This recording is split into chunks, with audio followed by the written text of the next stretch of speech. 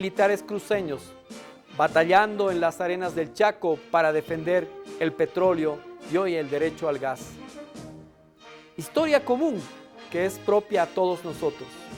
Por eso es que debemos meditar y pensar todas estas fuerzas disolventes que en el fondo parece haber una tremenda mano negra que tiene varios tentáculos como el pulpo, está tratando de enfrentarnos bolivianos contra bolivianos.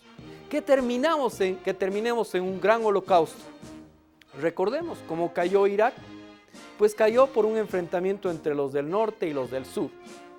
Como hoy en varios países y latitudes, los enfrentamientos interraciales, los enfrentamientos pues con diversas características, nos conducen a la irracionalidad de la destrucción de las naciones. Murió el general Tito, se federalizó Yugoslavia y finalmente ¿en qué quedó? Hoy Serbia y Montenegro acaban de jugar en el Mundial su último partido de fútbol, con lo cual Serbia y Montenegro se constituyen en dos naciones. ¿Usted cree que si el mundo está avanzando a la integración global, está generando una dinámica de integración soberana de los pueblos, pues nosotros tengamos que pulverizarnos cada vez más? Nos parece que eso tiene que ser replanteado. Y en ese contexto, creemos que es de fundamental importancia no perder la visión de por qué Bolivia se ha creado. Primero por la voluntad soberana de Dios, y mientras Dios así lo quiera, así vengan naciones cambas, vengan fuerzas paramilitares, vengan diversas expresiones, grupos reconstituidos de la época de los 70 o de la época de García Meza. A pesar de lo que venga, Dios en su voluntad soberana tiene un propósito de bien para la nación. El segundo aspecto es su especial ubicación geoestratégica, el corazón de Sudamérica. 5 fronteras, envidiable para todos los países. Y en ese contexto entonces un potencial de integración y de comercio muy importante que no está siendo bien utilizado por gobernantes y gobernados. No estamos industrializando el país, no estamos generando el poder y el potencial nacionales.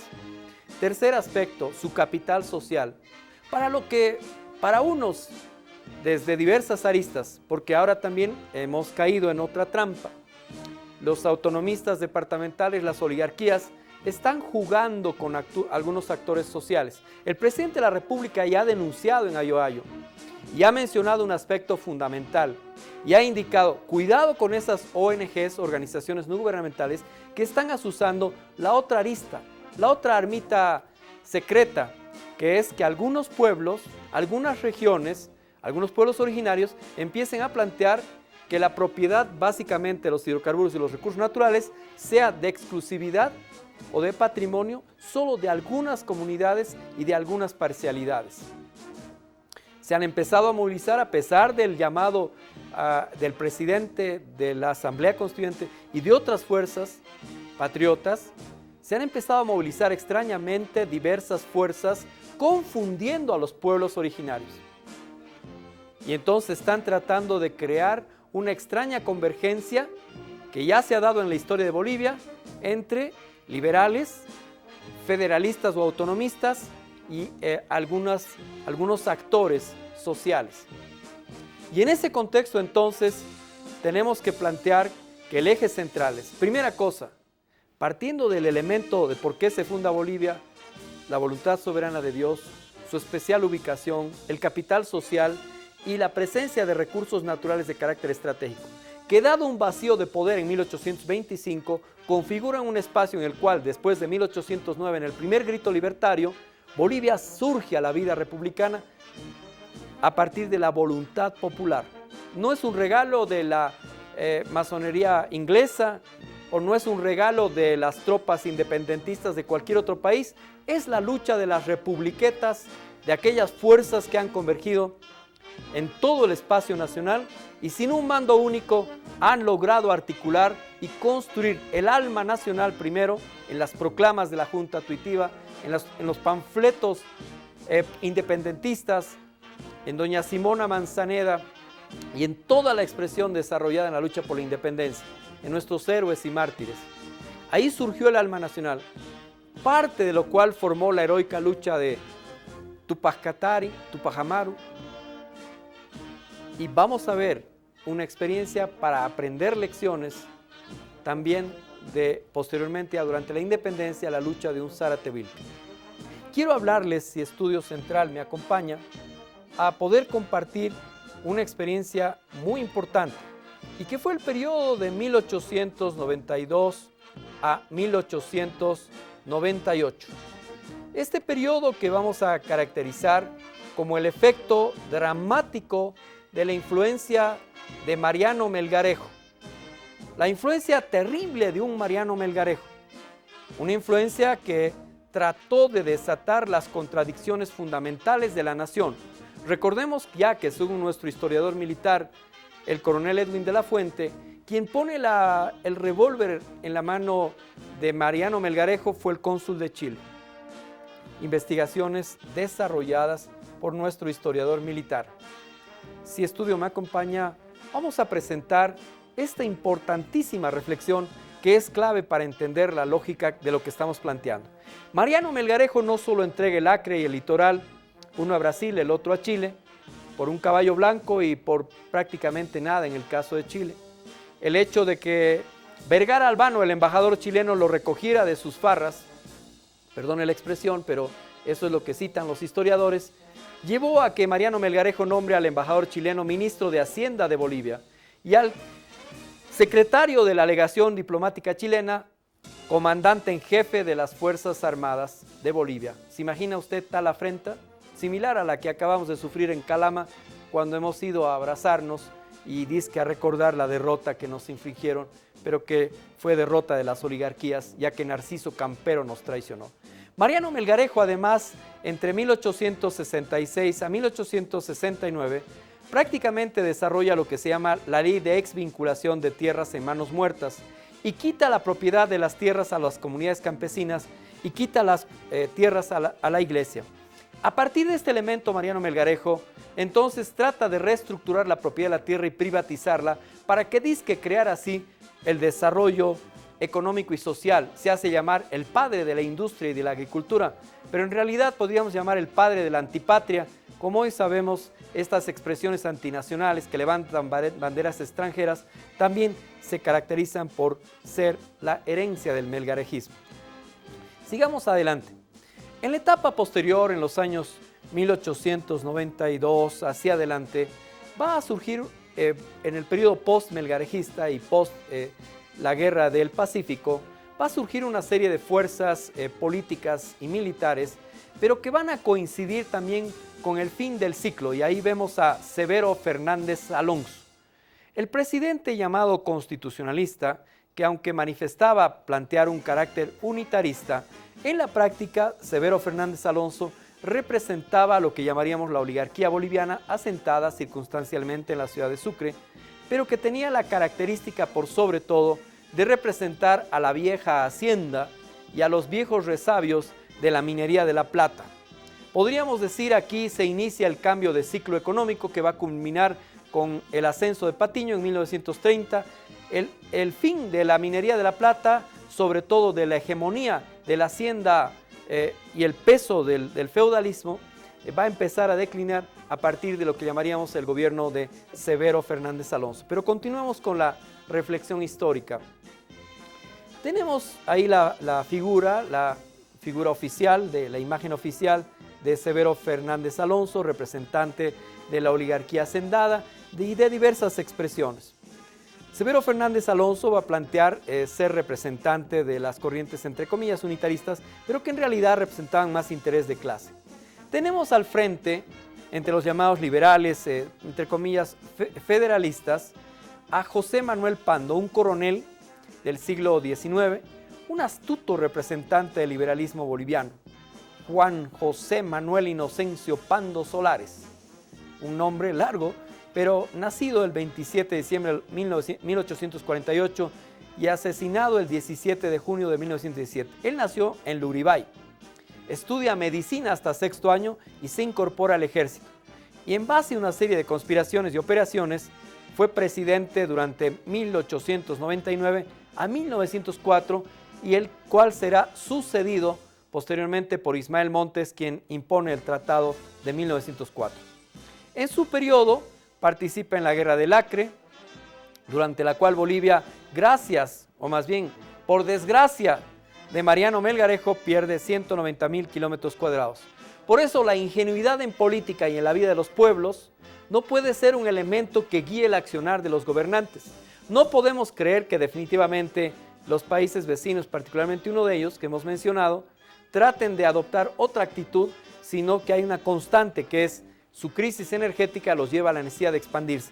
Eso fue también lo que creó una serie de acciones en este periodo. Ahí está José Manuel Pando, ex estudiante de medicina, coronel de ejército, con gran ambición política y va a usar la carrera militar para llegar a la presidencia de la República. Vamos a presentarles un personaje que es la esposa de José Manuel Pando, doña Carmen Huarachi. La familia Huarachi, de la región de Sica-Sica, oriunda de Sica-Sica, va a tener una característica. Es una persona que va a convertir a Pando en el Tata Pando. Recordemos, el término Tata usado en diferentes periodos, Tata Belsu, y en el caso de Pando, no porque haya sido proclive al interés real de los aymaras y de los pueblos indígenas, sino porque lo que desarrolla Pando es una gran visión militar. Él no contando con fuerzas políticas para vencer a la oligarquía sucrense, y él representando a la nueva oligarquía paceña, representando a los mineros, va a desarrollar una acción estratégica donde su esposa, Carmen Huarachi Sinchi Roca, oriunda de Sica-Sica, desarrolla un nexo entre Pando y lo que vamos a llamar los grupos, los ejércitos aymaras. Los Huarachi, de acuerdo a historiadores, vemos a Teresa Mesa de Gisbert, mencionamos la fuente, destacan que en el siglo XVII fueron los caciques más importantes de la región de Pacajes y sin duda uno de los más poderosos que tuvo el virreinato. Varios miembros de esta familia tuvieron estrecha relación con los señoríos del Cusco y posteriormente se plegaron a los españoles convirtiéndose en colaboradores, o sea que no tenían una vocación progresista. Aquí vemos a quienes llamaron temibles Zárate Huilca, para nosotros un héroe nacional, Pablo Zárate, llamado el Huilca. Natural de Sica-Sica, estuvo casado con doña Aida Aguilar y tuvo 4 hijos, Pío, Juan, Dorotea y Concepción. Él formó parte de lo que llamaríamos los Huilcas, un conjunto de actores sociales, Luciano, Pablo, todos ellos con características de haber sido gente patriota. La característica de la acción de Pando, vamos a volver un momento, y el rol de doña Carmen Huarachi, es que frente al poderío militar de Severo Fernández Alonso, Pando, con un ejército definitivamente inferior, va a tratar de estructurar una acción estratégica novedosa para su época. Desarrolla, llamaríamos una suerte de guerra de guerrillas, aliándose con una fuerza militar clásica tradicional minoritaria y representando un interés económico emergente, la minería, la nueva minería en desarrollo. Va a usar un arma estratégica y es la relación de su esposa, doña Carmen Huarachi, como parte de lo que eran las características de su estructura familiar. Van a desarrollar una alianza estratégica. José Manuel Pando visita a Pablo Zárate Huilca y le plantea y le propone: si tú me apoyas, vamos a desarrollar una acción conjunta y yo te voy a nombrar presidente alterno, vamos a restituir aquellos elementos que forman parte del interés de los pueblos. Miren, ¿no les parece algo muy parecido a lo que la oligarquía que plantea las autonomías departamentales está tratando de desarrollar? Endulza a ciertos pueblos originarios y crea las condiciones, y en este caso hay que reconocer Zárate Huilca, gran líder político, genio militar y sobre todas las cosas, un hombre que construye su propia vida a pesar de haber partido de una condición muy pobre. Él se prepara, se capacita, un digno ejemplo para nuestros jóvenes aymaras, quechuas y también criollos, y en ese contexto Juan Manuel Pando ve el poderío de Luciano, ve el poderío de Pablo Zárate Huilca y va a crear las condiciones para, sobre todo, plantear una alianza estratégica. Con gran visión nacionalista, Pablo Zárate Huilca va a plantear una proclama que tiene una característica impresionante para su época y para su tiempo. Estamos hablando 1898. Zárate-Wilque lanza la proclama de Caracollo. Su territorio, provincia Aroma, Sicacica, Patacamaya deberían estar orgullosísimos de este líder de la talla de un Zárate-Wilque. Recordamos la memoria reciente o la presencia activa de Genaro Flores Santos, padre, quien realmente condujo a la democracia en la lucha contra García Meza. Pero volvamos a Zárate-Wilque. En la proclama de Caracollo, cuando ya acepta la alianza con José Manuel Pando para desarrollar la lucha contra Fernández Severo Alonso, entonces Zárate-Wilque plantea la siguiente proclama: deseamos hallar la regeneración de Bolivia. Los indígenas, los blancos, no plantea un esquema racista.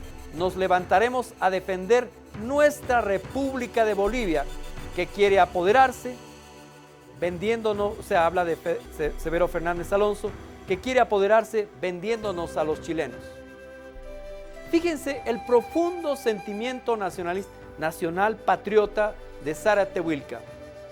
Y dice, deben respetar los blancos o vecinos a los indígenas porque somos de una misma sangre e hijos de Bolivia. Deben quererse como hermanos con los indianos. Hago prevención a los blancos para que guarden el respeto con los indígenas. Recordemos entonces que en base a esta proclama, Zárate-Wilque, el valiente, el luchador Zárate-Wilque, va a empezar una lucha cuyo objetivo era asentar las bases de lo que podríamos plantear la reconstrucción de aquellos elementos propios de la identidad particular, pero se da cuenta que había un profundo mestizaje fruto del colonialismo, y él tiene la visión que los grandes líderes aymaras, los grandes líderes verdaderos de nuestra nación, siempre han planteado. Usted no puede concebir a un mariscal Andrés de Santa Cruz, cuya madre era la caciquesa de Huarina, por eso su apellido Calahumana. No podemos concebir un mariscal Andrés de Santa Cruz diciendo estos sí, estos no, estos tienen esta característica. Eso no es propio de la historia de Bolivia. La herencia mestiza, la herencia criolla, la herencia indígena se ha conjuncionado en la perspectiva y en la realidad de lo que hoy es Bolivia. Lo dice Pablo Zárate-Wilque. Y en la construcción y en el desarrollo de la lucha que va a desarrollar contra los ejércitos mejor pertrechados de Severo Fernández Alonso, ahí vemos a su Estado Mayor, Zárate-Wilque va a construir una visión de lucha, de guerra de guerrillas, de republiquetas, va desarrollando sistemáticamente una acción para abatir las tropas de Severo Fernández Alonso, y va a construir una dinámica en la cual, contando con sistemas de información, redes comunitarias, el uso de símbolos propios, de sistemas de transmisión, el uso del idioma, va a construir un conjunto de elementos. Pero continuemos con la historia, que es tan importante de reflexionar y de tener en cuenta. Se da entonces la llamada Guerra Federal, que en realidad representaba más que una guerra por una suerte de visión federal, era en realidad la lucha entre el sur hacendado y el norte, que tenía que ver con los intereses mineros. Era el cambio de un ciclo de la plata y el ascenso emergente de la minería del estaño, que en 1930 definitivamente va a emerger como una fuerza social. Y en ese contexto entonces vemos que la oligarquía liberal astutamente se tiñe de federalista, porque luego cuando llegan al gobierno ni siquiera aplican el modelo. O sea que seamos honestos, señores que tienen que ver con la llamada media luna. Su interés no es crear autonomías en favor de los pueblos. No, lo que ustedes quieren es restaurar el poder oligárquico y los privilegios familiares que han perdido. Eso es el fondo, digan la verdad. ¿Por qué no son honestos?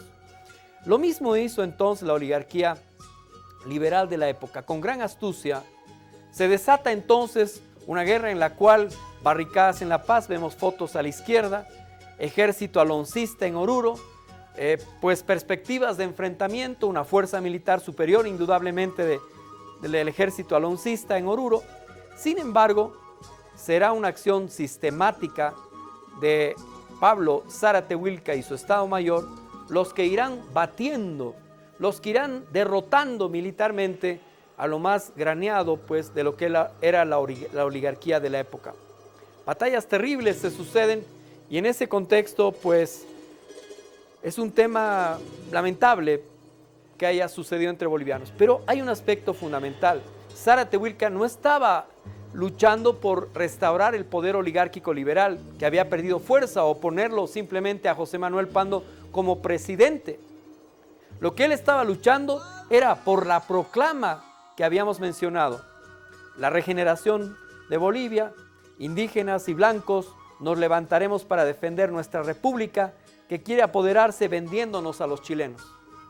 Fíjense la visión patriota de Zárate-Huilca, la visión y el profundo sentimiento. Lo mismo yo he visto en Bonifacio Barrientos padre, que en la guerra del Chaco, en pleno proceso en el cual, a veces por falta de visión de los mandos militares, no se entendió el rol del mundo guaraní y a veces no se permitió el avance estratégico. Pero Bonifacio Barrientos luchó como patriota, capitán grande del Isósoco. Volvamos para concluir la historia de Zárate-Huilca. Inmediatamente se va dando ya el triunfo de las fuerzas que van a converger el 10 de abril de 1899 en Oruro. Gracias al heroico patriota Zárate-Huilca, pues prácticamente estas fuerzas logran derrotar a la oligarquía tradicional y cambian en el eje político y redefinen la geografía política del país. Sin embargo, es lamentable, y vamos a ver y concluir nuestra historia en esta etapa, la traición de José Manuel Pando a Huilca. Veamos quién traiciona. José Manuel Pando, preocupado del avance de los pueblos, ya que ante el triunfo y la proclamación de Zárate-Huilca, José Manuel Pando va donde Alonso y le plantea: momento, mira, tenemos que reagruparnos, pásame tropas. Un destacamento y una división que tenía 1.500 hombres termina con 3.500. Los hombres de Severo Alonso se pasan automáticamente a las tropas de José Manuel Pando. Y esa es la reflexión de fondo que el pueblo boliviano, los pueblos originarios y todos tenemos que aprender. La oligarquía liberal en ese entonces y la oligarquía liberal hoy con las autonomías departamentales pretende confundir a ciertos actores, a ciertos dirigentes, utilizarlos de alguna manera como utilizaron a Zárate-Huilca. Zárate-Huilca avanzó con visión, construyó una visión unitaria, no ponía blancos a indígenas, ni tampoco planteaba un problema que tuviera que ver con guerra de razas. Para él era una lucha por la verdadera y auténtica liberación nacional, por apropiarse del territorio, por aprovechar para los bolivianos de toda condición los recursos naturales. Estaba dispuesto en el concepto del Chachahuarmi a compartir el gobierno, a desarrollar una visión de complementariedades, porque esa es la visión de nuestro pueblo. La visión de nuestro pueblo no es disociadora como la plantea Nación Camba, no es destructora, no es destructiva. Recordemos, desde las comunidades hasta nuestra propia práctica familiar, los consensos, la búsqueda de pactos, el buscar la reciprocidad, el añi, la complementariedad, el yanaptasiñani, nos ayudaremos unos a otros. Esa era la visión que estaba manejando Zárate-Huilca, Pablo Zárate-Huilca. Mientras Pando, la visión oligárquica, yo aprovecho y utilizo, mi esposa es aymara, por lo tanto aprovecho el señorío de Sica-Sica, y será el cantón, la región de Humala, la que va a empezar a generar la traición y la división del movimiento de Zárate-Huilca. Qué lamentable el papel de esa región, aun cuando en otros casos han surgido hombres de bien de la región de Humala. Pero será Humala a partir de la división del movimiento y la fractura que va a permitir que con sus tropas José Manuel Pando le diga a Zárate-Huilca: te voy a proteger, te voy a dar seguridad. Y viene y se gesta la traición de Pando a Zárate-Huilca. Finalmente Zárate-Huilca es tomado prisionero, es enviado y se crean las condiciones de lo que llamamos la traición histórica de Pando a Huilca, y en ese contexto entonces Huilca es puesto preso hasta 1905 y habrá una serie de sucesiones, y por lo tanto siguiendo la herencia de Túpac Katari, la herencia de Bartolina Sisa, la herencia de Zárate-Huilca, la herencia de Santa Cruz, de Hilarión Daza, la herencia de los patriotas héroes de octubre del año 2003, nosotros hoy no tenemos que caer en la trampa de las autonomías departamentales, en las trampas de las oligarquías y en la trampa de lo que son las ONGs que procuran poner en contradicción pueblos originarios indígenas con organizaciones campesinas, como sucedió hace poco en un parque nacional, ni a pueblos originarios contra otras expresiones de la nación boliviana. La mayoría nacional, 98%, hemos votado por el no a las autonomías. Y en aquellas regiones donde ha habido un manejo comunicacional, las organizaciones de base, los pueblos, están todos en conjunto por la unidad de la patria. Saquemos lecciones de la tremenda lección de la experiencia histórica de Pablo Zárate Huilca. Una visión integradora, una visión de consociación, una visión de integración y construir una verdadera comunidad nacional, la que aportó Zárate Huilca. La astucia criolla de José Manuel Pando, del liberalismo criollo, que al igual que hoy lanza la piedra de la capitalía plena en Sucre y viene a La Paz a plantear el repliegue de la Asamblea de los Constituyentes. ¡Qué astucia, señor Quiroga! ¡Qué astucia, partidarios de Podemos! ¡Qué lamentable que pretendan aún destruir la patria para recuperar sus intereses! Pero estamos seguros que una vez más, como en las republiquetas, como en la lucha por la independencia, como en la heroica lucha de Zárate Huilca, los pueblos unidos, como en octubre de 2003, donde no había distinción de barrio, de condición, de clase social, todos articulados contra la oligarquía, nos unimos en un solo haz de voluntades, militares y civiles, que aquí quiero declarar algo: en la red Gas para Bolivia, en la red Patriota, habían militares, habían policías, habían civiles, habían expresiones de diversa naturaleza, y nos unimos para plantear que el gas nos pertenece por derecho constitucional e industrializarlo en Bolivia es un deber. En homenaje a Pablo Zárate Huilca, hago un llamado a todas las fuerzas e instituciones, en homenaje a Sucre, Bolívar, Santa Cruz y todos los que he mencionado, y sobre todo pidiendo que por la voluntad soberana de Dios, pido al Dios de los cielos, a Jesucristo nuestro Señor, que pueda derramar su gracia